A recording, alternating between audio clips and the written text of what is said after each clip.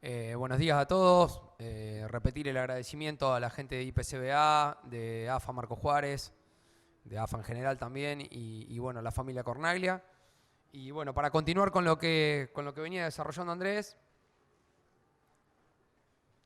yo voy a presentar, si bien mi especialidad viene más de la parte de forrajeras y desde la producción de forrajes, lo que venimos haciendo con el grupo de producción animal de la Experimental Marco Juárez de hace un tiempo, ya 2-3 años, es volver a generar los números de lo que era la chacra mixta de INTA, de acá de Marco Juárez, junto con Andrés y con Néstor Latimori. Lo hicimos el año pasado para la jornada de veterinarios del Colegio de Santa Fe y bueno, ahí empezamos a intercambiar de nuevo conceptos tanto de agricultura como de ganadería. Entonces, bueno, yo les voy a mostrar un poco de números de lo que nosotros estamos viendo en producciones agrícolas de maíz, soja y trigo soja y las distintas alternativas ganaderas que tenemos en la experimental. Un poco la metodología de análisis como para dar el marco a lo que va a ser la presentación. Bueno, esto lo habíamos definido el año pasado y creo que sigue igual o peor. Digamos, un momento muy complejo para presentar resultados económicos. Tenemos un contexto, la verdad, que con poca referencia o muy cambiante todo el tiempo. Lo segundo es que nosotros vamos a llegar a un indicador que es el margen bruto, que es el que nos permite hacer un análisis comparativo de los distintos sistemas. Por una cuestión de complejidad decidimos parar ahí y no ir hacia el ingreso neto y, bueno, y meter cuestiones de estructura adentro.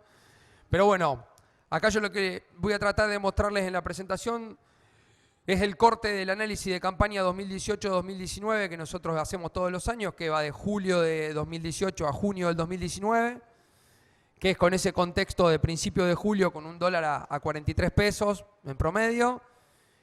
Y me vi obligado a tener que hacer un análisis de esta última semana de agosto, ya con los cambios fundamentalmente en el dólar, un dólar a 58 pesos como ustedes ven ahí. Los supuestos que nosotros tomamos para la estructura de cortos, esto lo paso bastante rápido. En agricultura, bueno, en el INTA nosotros tenemos un sistema que es la labranza con maquinaria propia, son la pulverización y la siembra. Y tenemos la labranza con maquinaria contratada, que es todo lo de fertilización, fundamentalmente en gramíneas, y toda la cosecha. Así que todos los números que van a ver tienen que ver con esto. Insumos, nosotros hacemos 2 escenarios, un poco como le comentaba Andrés, algo de alta tecnología, que es lo que yo me voy a centrar a mostrar hoy, para ambientes agrícolas que tienen algo de ganadería, y algunos ambientes de media tecnología que ya son aplicados a suelos clase 6, 7, más hacia la zona de Nuetínger, Zaira o el sur de la provincia. El tema de la cosecha, porcentaje o valor fijo, bueno, eso lo vamos a ver como porcentaje hoy. Comercialización y, aclaro, en otros costos nosotros agregamos lo que es seguro de granizo, que en la experimental se hace y bueno, creo que la mayoría de los productores de la zona lo hace también. Para ganadería, ¿qué vamos a ver? Bueno, un poco vamos a charlar el tema de la reposición, si es propia o de compra. Yo en ganadería voy a presentar 3 escenarios, el ciclo completo, la invernada de consumo interno, lo que genera carne para nuestro mercado, y la invernada de pesados que nosotros llamamos, que está fundamentalmente enfocada en la exportación. Las pasturas perenne base alfalfa, me voy a centrar en eso porque estamos hablando de ambiente agrícola. Nosotros tenemos todo un escenario de pasturas adaptadas a suelos clase 6 y 7 que tiene que ver con agropiros, grama rhodes, pero hoy no lo vamos a tocar. Vamos a ver alfalfas de buenas implantaciones, como decía Andrés, con mezclas con gramíneas. Sanidad ajustada, una sanidad bastante típica de lo que puede hacer cada uno en su campo. Acá haciendo por ahí un enfoque un poco mayor en el control del empaste, que es un problema para alfalfa de alto potencial. Y bueno, en antiparasitarios. La suplementación, que es variable según la orientación productiva, ya lo vamos a charlar más adelante, pero tiene que ver con ese 0,5, 0,6, 0,7% del peso vivo del animal, que depende de qué planteo ganadero estemos hablando, está apuntado. Y el heno, que bueno, es de confección en la experimental, pero bueno, se va a porcentaje de la labor que se contrata, ¿no? En su momento era 50-50, hoy está más en 60 para el contratista y 40% de los rollos quedaría para el experimental o para el sistema. Bueno, dicho eso, lo primero que vamos a arrancar a ver es agricultura. Es soja de primera. Yo, como les dije, voy a mostrar un corte a la primera semana de julio de 2019 y una adecuación a lo que son los precios nuevos de ahora, de la última semana de agosto. Acá quiero hacer hincapié en que hacemos un análisis que nosotros llamamos de sensibilidad de distintos escenarios, donde estamos poniendo sojas con... Bueno, esto no funciona demasiado bien, pero con 25, 35 y 45 quintales de rendimiento. Yo me voy a centrar fundamentalmente en lo que para nosotros fue en la experimental el rendimiento del ciclo 18-19, que estuvieron en promedio los lotes de referencia que nosotros tomamos en 45 quintales. Ese vendría a ser el margen bruto, unos 24.171 pesos. A ver, tenemos en la primera columna, bueno, rendimiento, ingreso bruto, costos directos, el margen bruto, que es donde yo voy a hacer más hincapié, después vamos a hacer un comparativo entre todos los sistemas, los costos por hectárea en quintales y el margen bruto sobre costo directo, que tiene que ver con una relación que nosotros hacemos de cuánto nos devuelve la inversión, es decir, cuántos pesos ganamos por peso invertido.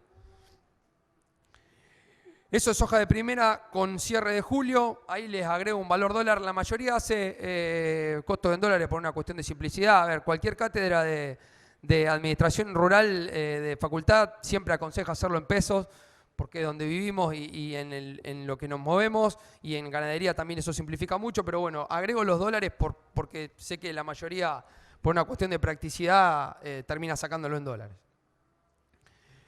Pero ahí estaríamos hablando de una soja de 45 quintales o de 4.500 kilos en casi 24.000, 25.000 pesos con 560 dólares de margen. Si yo voy al nuevo escenario, que es una soja de 13.200, esto tomé, lo primero está tomado con precio de referencia de los primeros 10 días de julio, y este segundo escenario de agosto lo tomé con 3-4 días de promedios de la bolsa de cereales de Rosario. Acá soja cambia, si yo me paro en el mismo escenario ya estamos en 38.500 pesos y unos 664 dólares, creo que fue la que más se vio favorecida con este cambio. Ya lo vamos a ver que en maíz no es tan así. Pero bueno, quiero que se queden con ese numerito de margen bruto de soja. Ahí depende de los rendimientos que pudo haber tenido alguno en su campo. Se puede parar en 25, 35, 45 quintales. Creo que para soja, como referencia de lo técnico, fue un año que arrancó muy mal, con implantaciones bastante complicadas, y que después tuvimos un enero, febrero que nos fue bastante favorable y recompusieron, por lo menos cerraron surco, y bueno, a pesar de tener un stand de planta bastante bajo, se lograron muy buenos rendimientos. Eso es lo que se vio en general. Sigo, paso a maíz.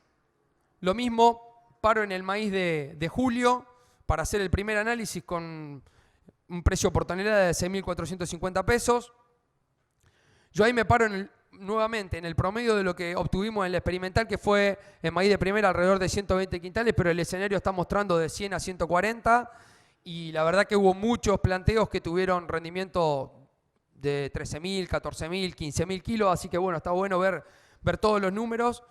Ahí tenemos 33.500 pesos, alrededor de 33.500 pesos para un maíz de primera, unos 780 dólares en el escenario que yo les cuento del promedio de la experimental. Pero si alguno tuvo la posibilidad de obtener maíces de 14.000 kilos, estuvieron en casi 1.000 dólares de margen, digamos, lo cual para maíz no se discute que fue un año excepcional.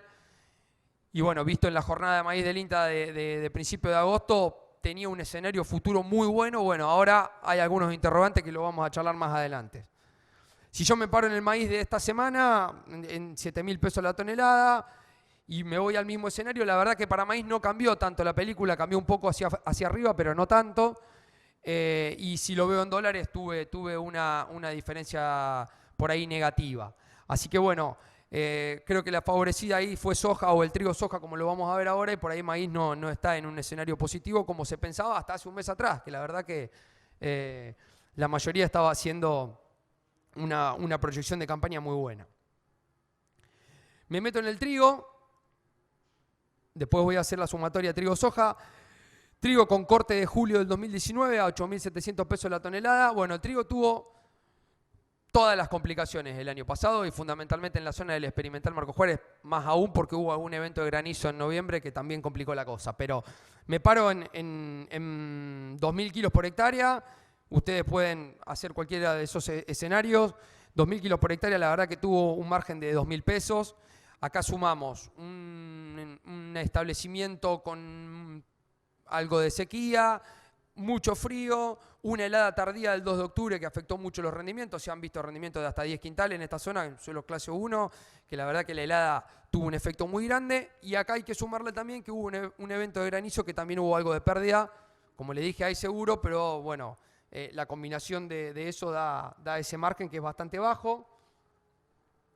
Si voy al escenario actual de un trigo de 10.800 pesos la tonelada, ese margen sube a esos 5.000 pesos. La verdad que el trigo también se ve favorecido junto con soja en esto del nuevo escenario y la proyección hacia futuro. Además, el trigo ya está implantado, hay una muy buena implantación, algunos problemas con enfermedades, pero bueno, creo que viene bastante bien la cosa para trigo y con un perfil hídrico bastante bueno.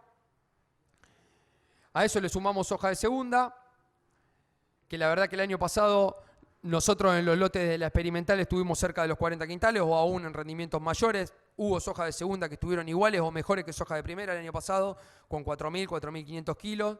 Ese margen también fue bueno, en 22.000 pesos. Si yo voy al actual de 13.200 pesos la tonelada, eso sube un montón, me voy a 34.000 pesos, casi 35.000 pesos de margen, con unos $600 de soja de segunda.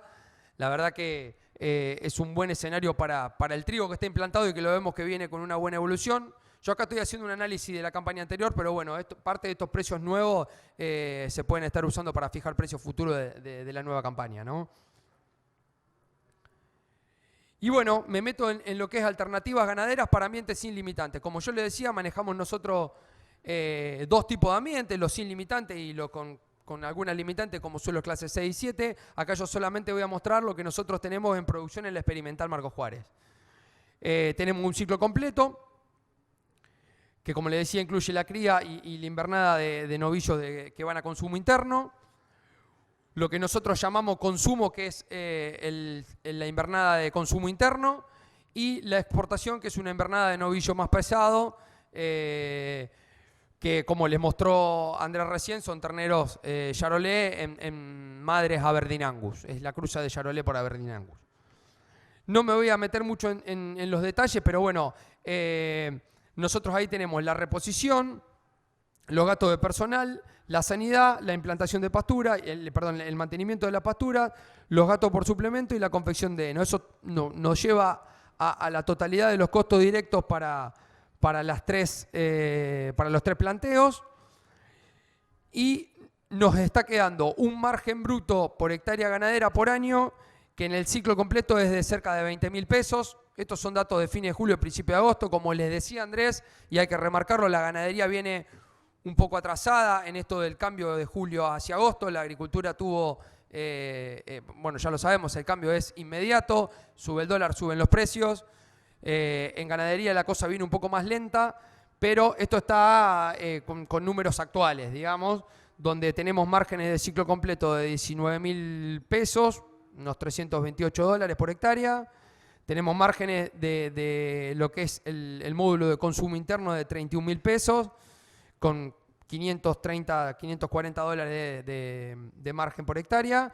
Y lo que mejor nos da en resultado ganadero es el módulo de exportación, el módulo de pesados que nosotros llamamos, que fíjense ahí abajo tiene una carga de unos 1.120 kilos y una producción de kilogramos por hectárea ganadera de 926 kilos de carne por hectárea. Es un sistema que a nosotros nos gusta mucho y que bueno, en estos últimos años la verdad que tuvo el mercado como para aprovechar ese nicho, y está en casi 35.000 pesos, 34.500 pesos, lo que nos da unos 590, 600 dólares de margen. Si yo eso lo resumo en los márgenes de todas las actividades, yo me centraría en la barra verde. Les puse lo que son el ingreso bruto y el costo directo. El ingreso bruto está en azul, el costo directo está en rojo, pero vamos a centrarnos en lo verde. Hoy, con el análisis de agosto, el trigo soja está cerca de los 40.000 pesos de margen. Maíz está ahí en 38, 39 mil pesos, al igual que soja, son las alternativas agrícolas que estamos viendo. Y después viene lo que le mostraba recién, a 34 mil, 35 mil pesos el módulo de exportación, a 31 mil pesos, 32 mil pesos el módulo de consumo interno, y el ciclo completo un poco más retrasado a 19, 20 mil pesos de márgenes. Nosotros ahí estamos viendo que nuestro techo de producción en ganadería está en esos 35 mil pesos que les decía, y estamos entre un 10 y un 15% abajo de lo que obtenemos como márgenes en agricultura. Que un poco charlándolo con Andrés y con Néstor, es nuestro valor histórico de referencia. Estamos hablando de ambientes suelos clase 1, clase 2, clase 3, que son agrícolas y que, bueno, obviamente que a la ganadería le cuesta competir ahí. Por eso creo que también es apropiado lo que propone el IPCBA, de que la ganadería le suma a la agricultura y no lo estamos planteando como una alternativa exclusiva en este tipo de campos, lógicamente. Pero vemos que tiene una competitividad bastante grande, fundamentalmente el planteo de exportación.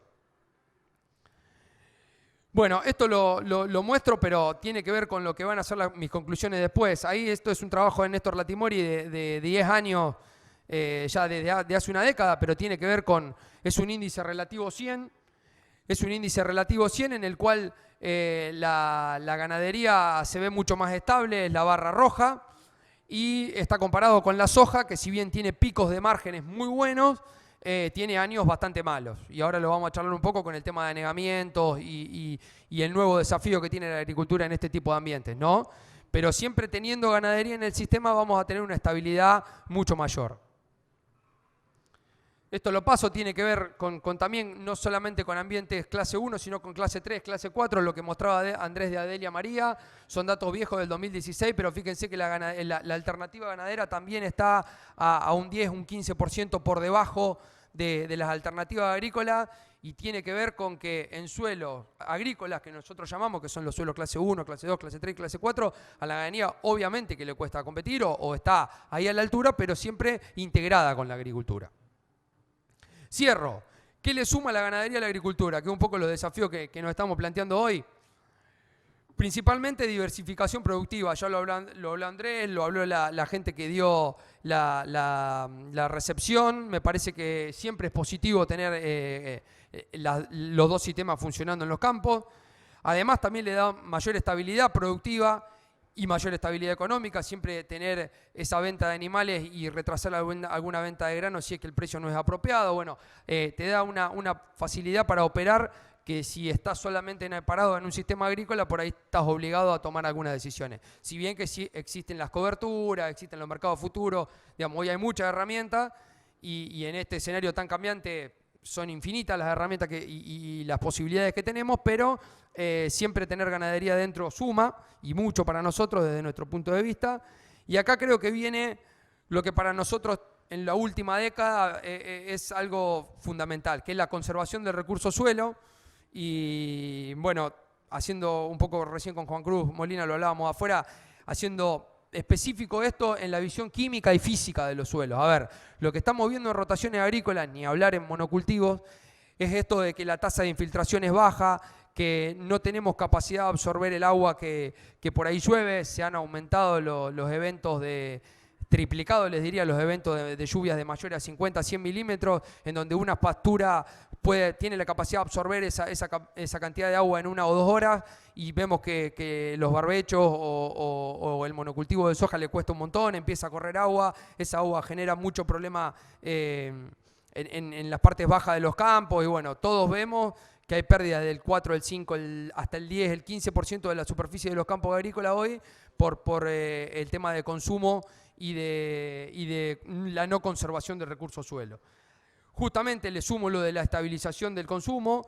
Nosotros estamos viendo que las pasturas, fundamentalmente las que estamos recomendando para suelos clase 1, 2, 3, 4, que son los agrícolas, son pasturas base alfalfa, que tienen consumos que están cerca de los 1.200, 1.400, 1.500 milímetros al año, cuando en agricultura con rotaciones estamos en un promedio de 700 milímetros y sin rotaciones con monocultivo estamos en 500 milímetros.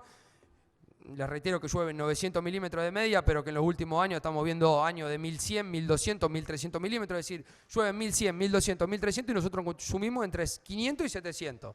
Es obvio que sobra agua, es obvio que vamos a perder ese 5 o 10% de la superficie, La ganadería vino también para ver cuestiones positivas en esto del consumo de agua y en la conservación del recurso, como les decía, que tiene que ver con los poros en el suelo, tiene que ver con la circulación de agua en el suelo, tiene que ver con la parte viva durante todo el año y no esos barbechos por ahí que tenemos de 6-7 meses en agricultura. Y lo último que para nosotros es importante, y que bueno, estamos en una situación compleja a nivel país, es la ocupación de la mano de obra. Siempre la ganadería como es una actividad mucho más compleja, todo el análisis es más complejo, pero le suma también mano de obra, le suma trabajo. Bueno, el IPCBA ha hecho muchas campañas de esto, de decir cuánta mano de obra ocupa toda la cadena de la carne en Argentina, y creo que para nosotros también eso es sumamente positivo. No es que le suma a la agricultura, sino que le suma al sistema en general. Y ahí está, muchas gracias. Muchísimas gracias, Andrés. Gracias, Sebastián.